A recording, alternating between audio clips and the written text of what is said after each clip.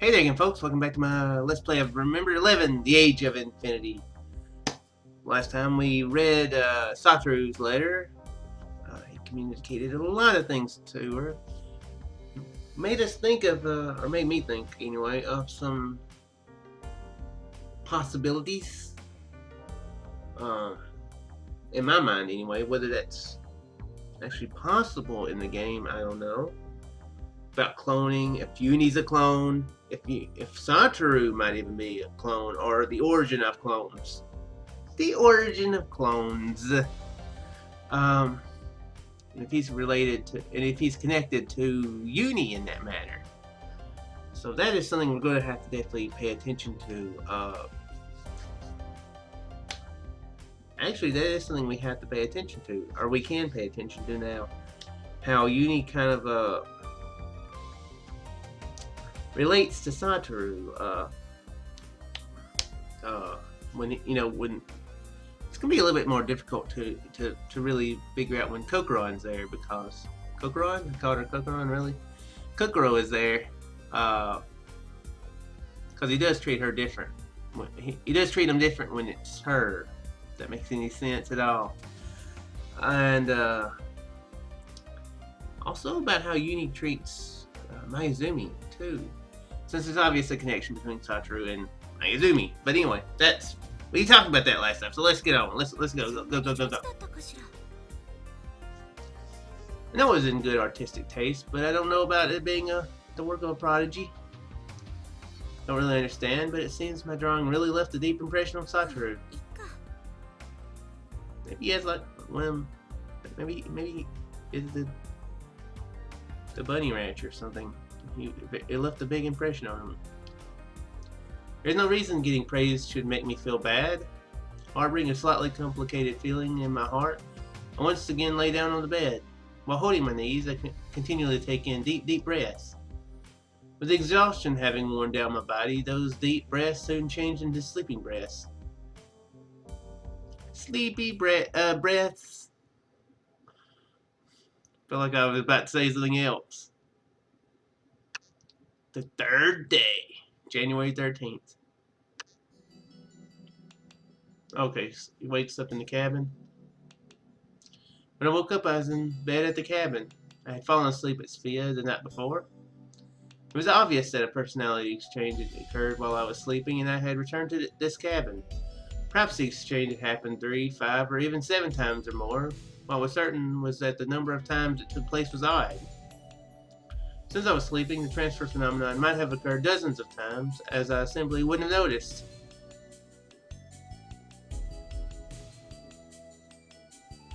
Here's a question. If she fell asleep in Satoru's body, and oh man, that would be a horrible thing. If Satoru had been doing something excessively mechanical, that's not the right word. Moving, like doing something moving that requires coordination, she would be like,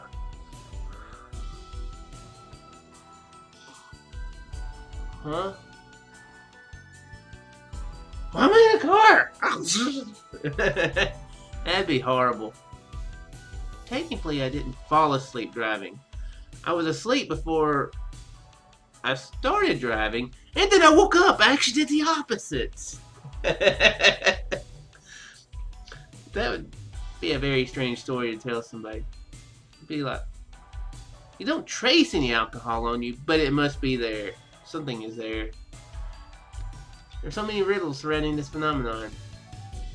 By the way, what time is it now? I looked at my wrist, but my watch wasn't there. Satoru must have taken it off again.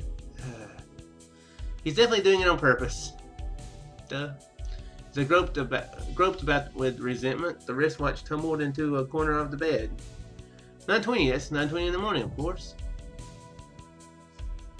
Hearing a sound, I raised my body. I saw Yomogi standing before the entrance. He was carrying some fairly heavy equipment. Yomogi gave me a fleeting glance and opened the door. He didn't explain any further. Yeah, I'm going out. There's a blizzard, but whatever. I'm going out. With that, he went out. The nearly dazzling light of the morning sun was shining through the crack of the door. Oh, the sun. And my breath. I hurriedly slipped out of bed and dashed outside.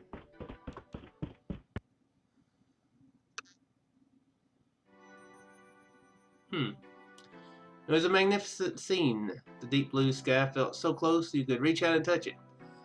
The pure white snow sparkled in the sunlight. A great number of peaks extended far away. To the left of the shelter cabin, to the east, the summit went on like a slightly elevated hill. Seeing such scenery made me think about how cruelly tiny my own existence was. The shape of Yomogi in the pure white snow field stood out clearly. I shouted to Yomogi's back, but he didn't even reply and instead continued marching on due south. A cold wind shook me up as I cut through the snow. Yeah, he didn't exactly put on a coat. And you are wearing a skirt too, so that's not exactly winter wear. Held myself tight with both arms. I returned to the cabin in a hurry when I became aware that I wasn't even wearing a coat. Where does Yomogi plan on going? He's by no means the kind of person who would run away by himself. Maybe he's going to call for help. Suddenly I remembered. Didn't Yomogi say that he would try to go to the crash site if the weather cleared up? Anyhow, I have to chase after him. I went down to the basement to search for the equipment to help me walk through a snowy mountain. Although I said that, I have no idea how to put on any mountain climbing equipment. For the time being, I decided to take the things which caught my eye. Put on a wool sweater as an extra layer and some gloves. Since there was an ice axe, I decided to take it too for some reason. Because you never know when you might need an ice axe. Ice axe. Ice axe. Ice axe. It's a really hard thing to enunciate properly if you say it fast. A mountaineering tool used for aid and balance to create footholds and to prevent the climber from slipping.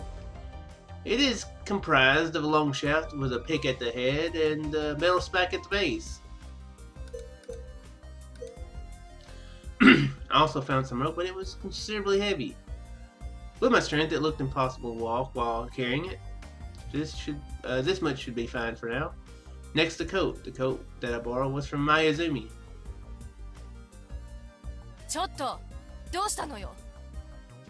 Mayazumi had gotten up. Yuni raised himself from the bed, rubbing his drowsy eyes.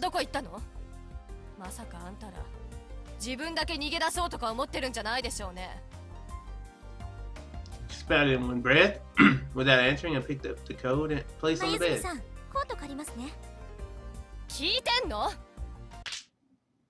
She grabbed my shoulder roughly.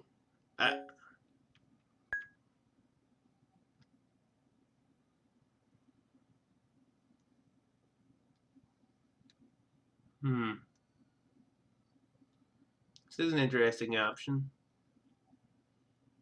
Let's try to be the diplomat. Let's be a diplomat here. 落ち着いてください。これから墜落現場に行ってきます。前によもぎさんが言ってたでしょ。晴れたら行ってみるって。無線機か何かがあるかもしれないからって。そうだっけ。そうなんです。Mayazumi let go of me. I nodded. よもぎさん一人じゃ大変でしょうから。みんなで力を合わせないと。Mayazumi snorted. It sounded kind of sarcastic. それまでユニのことおね。戻ってこなかったら戻ります。絶対に。Mayazumi sighed and returned to her bed. She said bluntly, "Put on the coat that I borrowed from Mayazumi. Can't say that my countermeasures against the cold are perfect now, but it can't be helped. The weather outside was clear, so I shouldn't freeze to death. Shouldn't." Saying this to myself, I went outside. Yomogi's figure had already become as small as a grain of rice. Can I catch up? I shouted in a loud voice while furiously waving. Yomogi turned this way. Hurriedly, I took my first step into the snowfield. My feet plunged into the snow. It's deeper than I thought. I frantically advanced, following the trail Yomogi had rustled, while also making use of the ice axe I had taken. Still became all sweaty before catching up with the Yomogi, and yet the distance I had covered was just about 200 meters. So difficult walking through the snow. I wanted to take off the hot coat. I wanted to drop onto the snow and feel its coldness on my face. Seems like a really bad idea, though. Yomogi was waiting silently. He's kind of seemingly moody for some reason. I'm like, I ain't talking to you. I ain't talking to none of you guys. Somehow I caught my breath.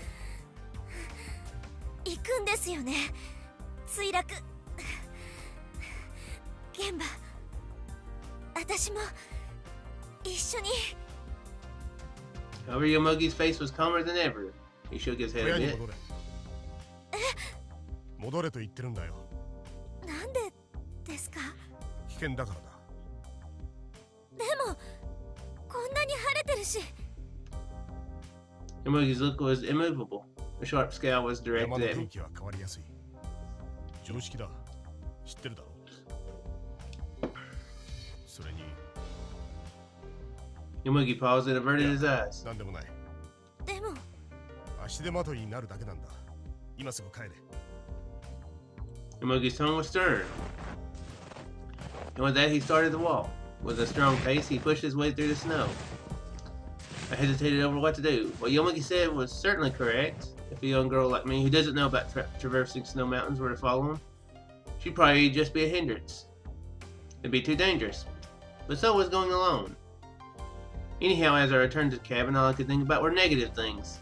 I'm not the greatest thinker. I'd done nothing but think these past 2 days. It seemed that my carefree mind has gone a little funny. I'll feel at ease again if I'd move at least a little.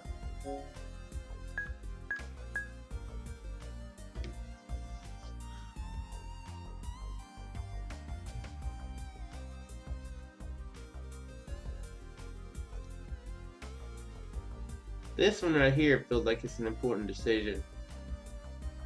It does. You know, I don't know. It's.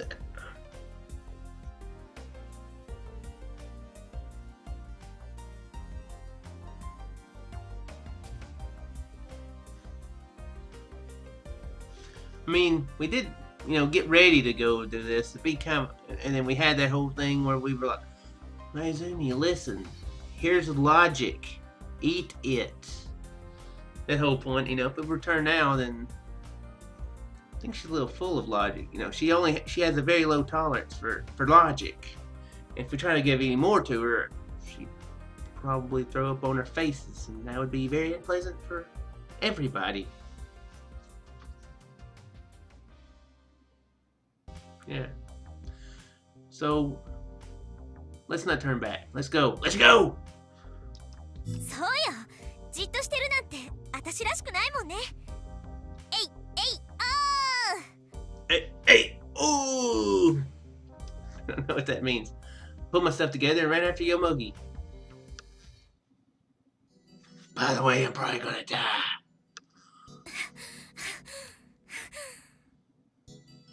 No, I mean, these games, they like to actually make things interesting. By actually not being interesting, they sometimes kill you. The thing earlier about not taking the sleeping pills. I still don't know the logic there. I thought I was being smart there, but apparently they want you to take them pills that could be poison and make your reflexes bad. I was out of breath. The breath from my mouth turned wide and dissipated in the cold air. It's already looking like it's getting cloudy again. Yomogi didn't say anything else about me following him. However, he didn't wait for me either. Being a professional mountaineer, he pushed through the snow with quick steps. Even though I was only following the path he formed through rustling, it took all my strength just to keep up. All of a sudden, I lost my footing and fell face first into the snow. So cold. When I raised my head, I saw Yomogi extending an arm to me. ありがとう。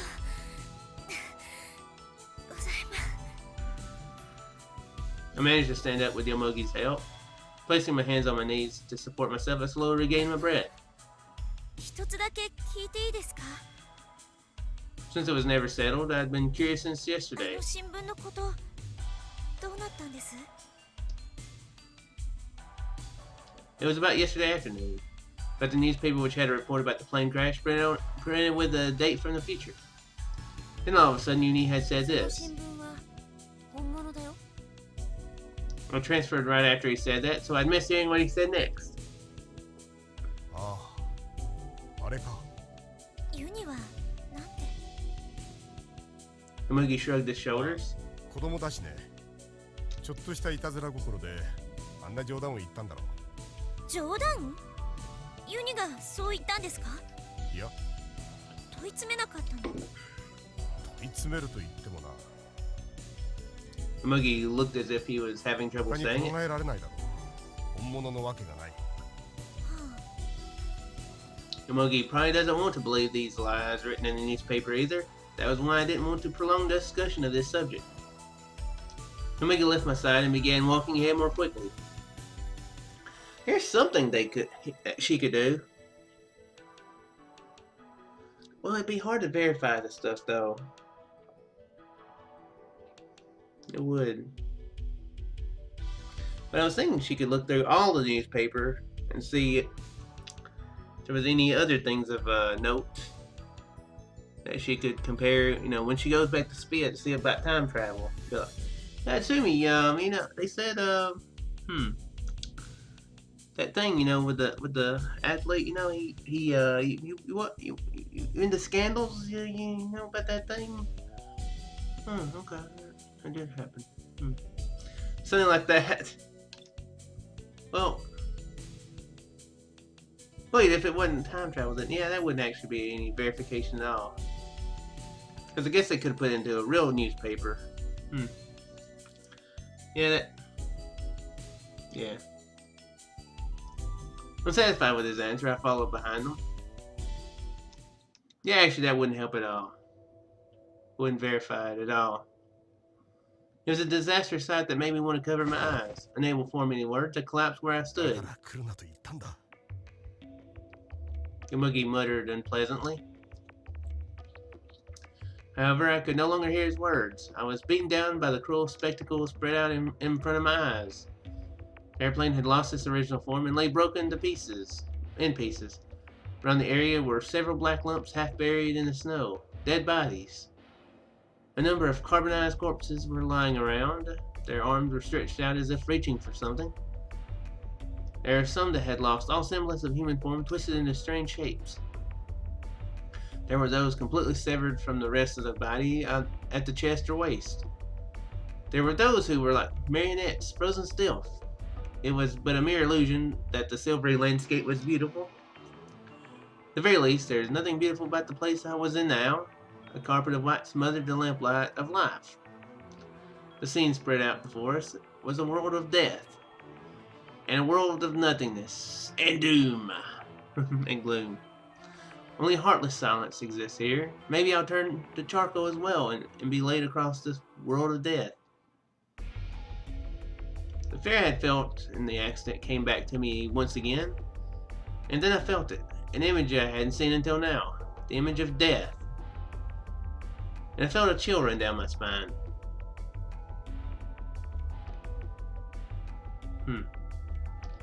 Unable to bear it any longer, I turned my back to the corpses. From deep in my throat, hot gastric juice began to churn. I tried to endure it, but what I thought I had turned my back on was in front of me as well. Right there in front of me, a single slender finger stuck up from under the fallen snow.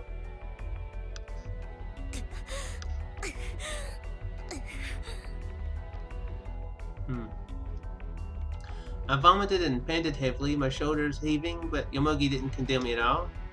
Walked around the area, looking at the corpses without changing his expression.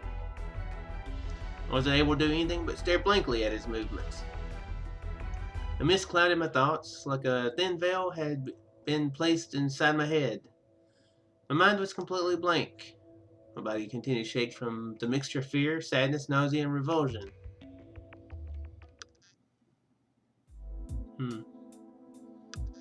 Yeah, definitely can't blame her for that. Assume that would be a lot of people's reaction to it. Luckily, I've never had to see anything, that. So, yeah.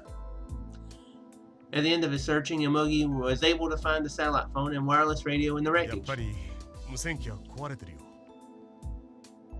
Yomogi reported each of his findings as if to confirm that I was still 衛星 conscious. 電話は無事なようだが、やはり新聞記事は正しかったみたいだ。うんともそうとも言わない。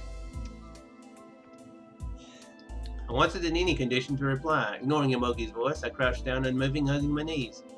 Other than that, the search had yielded slightly frozen rations and a one-eared and slightly burnt teddy bear, as well as a few coats that still looked usable. Yomogi also seemed to have found a bag that was checked at the luggage counter of the boarding gate. And one more thing. こいつは What he picked up from under the snow was a translucent black file. Yomogi's expression suddenly altered.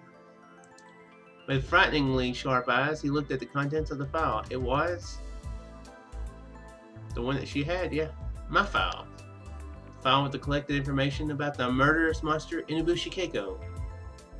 It had survived unburned. If you had found something like that, it probably wouldn't be of any use whatsoever. Yomogi continued to read through it as though he had been sucked in. Did he have an interest in Inubushi Keiko as well? Did he? Seems pretty down about it. After a while, Yomogi closed the file. Yomogi had just been scavenging with a disinterested look, now wore an expression of suffering. Unchanging, he quietly put away the file. そろそろ戻るか。 He said, walking over to where そ I れなりに was. 収穫もあった。もう十分だろう。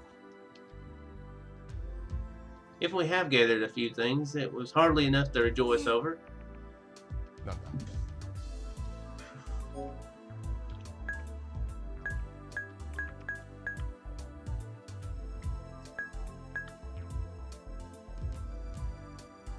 A grave for who?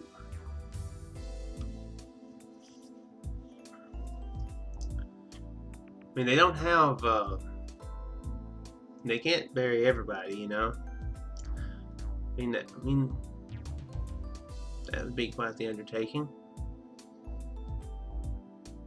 Guess maybe just out of, kind of a memorial type deal. We'll do that. We'll be proper. We'll honor those who weren't as lucky. お墓を作ってあげないと。みんなのお墓を。Oh. She said a grave in the option. I didn't know where we were going to try to get everybody. Well, that would be nice in another circumstance. If survival wasn't the key, not worth digging graves if it risks you having to dig up an extra one, you know what I mean? Logic. I mustered my will and stood. 無駄なことだ。そんな言い方。 Then stopped, I glared at Yomogi and saw him biting his lip, his expression ヨモギさ unpleasant. ん、生きて帰らなくちゃならないんだ。それが生き残った僕たちの義務なんだ。だからやめとけ。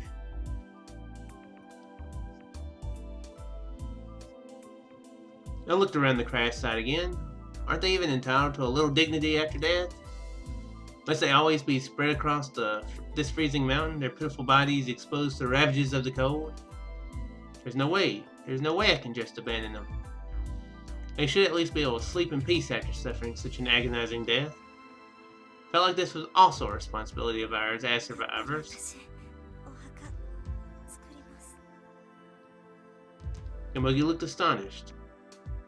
Knowing him, I searched out a suitable place and started digging a hole with the ice axe. The snow became harder the deeper I dug. Underneath the layer of soft snow on top was a hard ice bank. First I thought that compared to soil, snow should be easier to dig up. But that was a naive thought. Yomugi silently helped me. That side with only a single ice axe. Our efficiency was horrible. The only two of us digging a hole large enough to fit a human being's remains was no easy task. I'm sure it's not an easy task, period. In the end, digging a single hole that could bury several bodies took well over an hour. I decided to compromise by burying the body that had fallen the closest. That body was completely black, carbonized, and stiff with its hand reaching toward the sky. I'm going to bury you now, so my mind made up. I placed my hands under the armpits of the corpse. Thinking that I'd pull it to the hole, I put some strength into it. At that moment, I'm gonna have to wait till next time. What happened? What happened? What happened? You are gonna have to wait till next time. So I do hope you folks enjoyed. It was a bit kind of depressing, I suppose. A little bit down. A little bit of a down part there at the end, but I mean, games need that. I mean, it makes them good, I suppose. A really generic phrase there. Makes them good. Makes them good. You know, you can add more. You know, games need their serious points. You know, especially games like this. You know, I'm still enjoying it though, despite, like I said, not very many high parts there. So, I hope you guys enjoyed it too, and I shall see you in the next one. Farewell there.